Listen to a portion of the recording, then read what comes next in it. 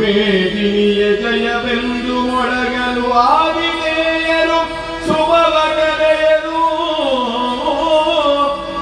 ಆ ಧ್ರುವನು ಬಾನೊಳಗೆ ಚುಕ್ಕೆಯ ರೂಪವನು ತಳೆದ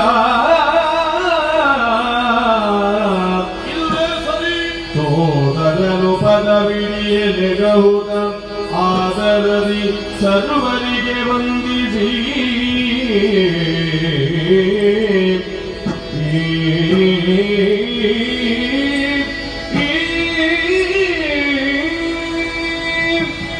ಹೊಸದೆಯಾದಂತಹ ಈ ಭೂಮಿಯನ್ನು ಆಲಿಸುತ್ತಾ ಬಂದವ ಈ ಧ್ರುವ ಅಯೋಧ್ಯ ನಗರಿಯ ಈ ಅಧಿಕಾರವನ್ನು ನನ್ನ ತಮ್ಮನಾದ ಉತ್ತಮನಿಗೆ ಒಪ್ಪಿಸಬೇಕೆನ್ನುವ ಹಾಗೆ ಮನಮಾಡಿ ತಮ್ಮನಾದ ಉತ್ತಮನನ್ನು ಕರೆದು ಅಧಿಕಾರವನ್ನು ತಮ್ಮನಿಗೆ ಒಪ್ಪಿಸಿದವ ನಾನಿದ್ದೇನೆ.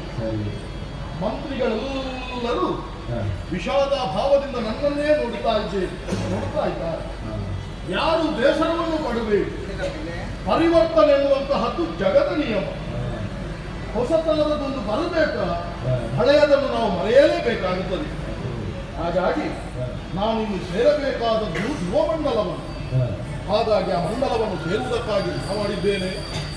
ದಿವ್ಯ ವಿಮಾನವನ್ನು ಏರಿ ಹತ್ತ ಕಡೆ ಸಾಗುತ್ತೇನೆ, ಮುಂದುವರಿಯುತ್ತೇನೆ.